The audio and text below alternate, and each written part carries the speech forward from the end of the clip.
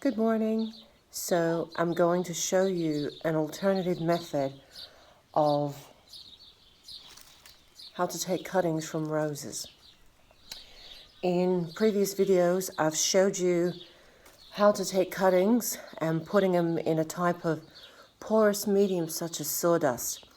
Well, I can't really do that right now. I mean, I could, but we're coming into summertime in the southern hemisphere, and the problem with putting cuttings in sawdust in the summer is that the sawdust generates so much heat, not just from temperature but from enzymatic breakdown, and it causes the cuttings to rot, and you don't really want that. So I'm going to show you an alternative method of how to propagate your cuttings. So the one I've got here, this is actually a heritage rose, meaning that it's very old. Not even sure what the name of this is, but the smell is very good, and it's a very old cutting.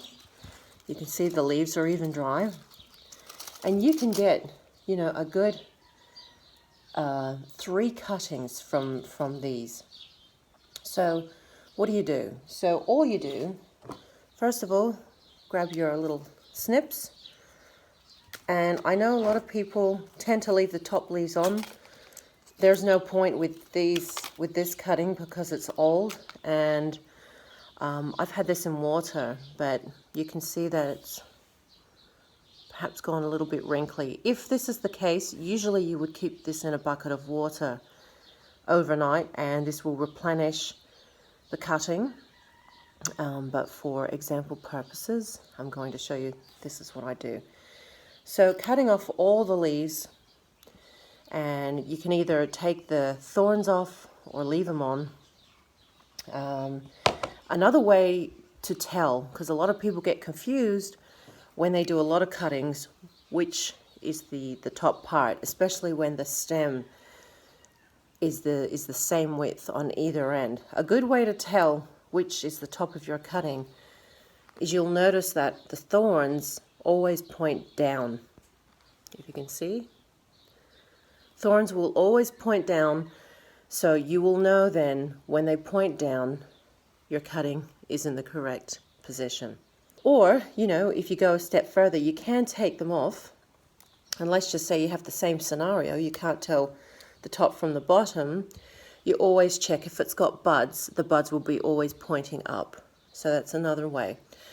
So when you've been doing it for a long time, you will work out pretty much the top from the bottom, even without thorns. You can tell from the bud, and you just know, you have a good instinct for it. So I usually then cut the base like I've just done to freshen up the stem.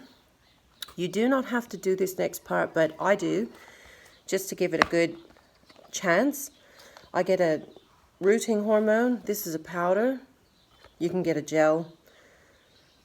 This is something like $6. It lasts me like 6 months, depending on how many cuttings I do. So you dip it in, tap it, and then simply put it into the mix. You can either make a hole or just push it in, and there's your cutting. That's all you need to do. Some people like to leave, if it's a fresh cutting, leaving a couple of leaves on. I don't. I take the lot off because I think it's important for your cutting to develop a root system straight away, as opposed to putting its energy into the leaf structure. So here's another one. The end is a little dry. Looks dry. So just cutting it to freshen it up, and then dip it into the hormone. Just a little touch, tap it, put it in. Now the soil is very important. You can basically use any potting mix, but I wouldn't suggest to use earth soil from the garden, as this has a lot of clay in it. You will find that these little cuttings will struggle to develop really soft young shoots if there's not enough porosity and softness in the soil, because clay tends to harden up it's a lot harder for these roots to generate and to spread if the ground or the soil is too hard. So potting mix is fine. And what I usually do after I use the potting mix is I layer it with some sawdust on top, just to insulate the moisture, retain the moisture, and cuttings love that. And then I put this in my hothouse, and then I let it go. I water once a day. It doesn't need any more than that.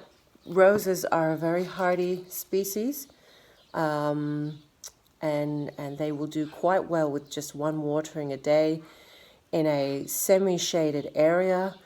You can always, if you don't have a hothouse like I do, you can always put a plastic bag over the top for the first couple of weeks, and then remove it.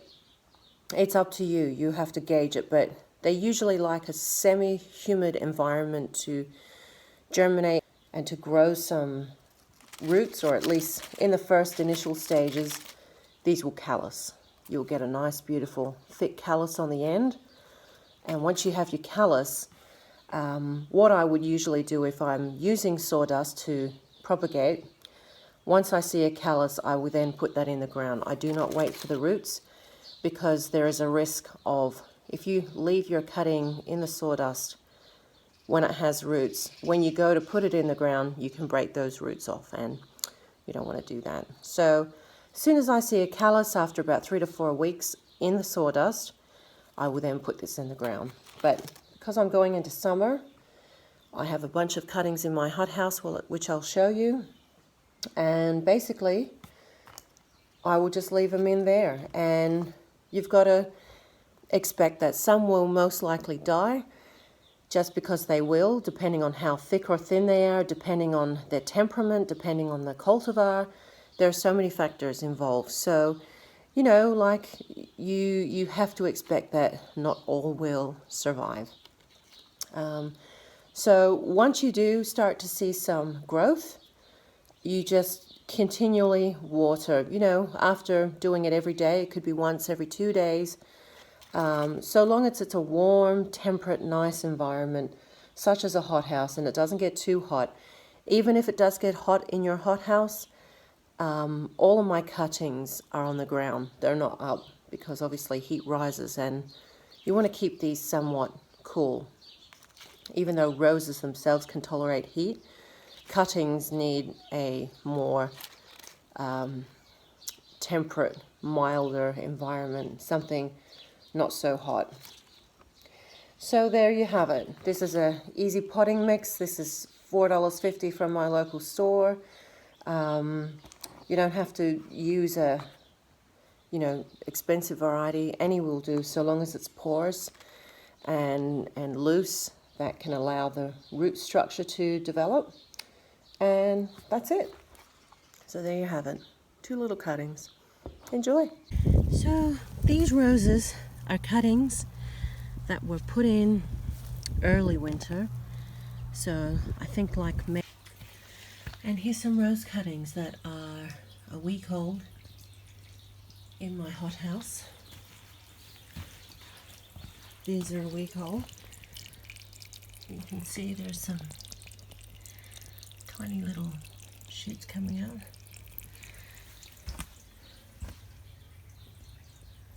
A couple more. And so that's all you do. Water every day in a, somewhat humid environment. Hothouse is great. And let nature do the rest.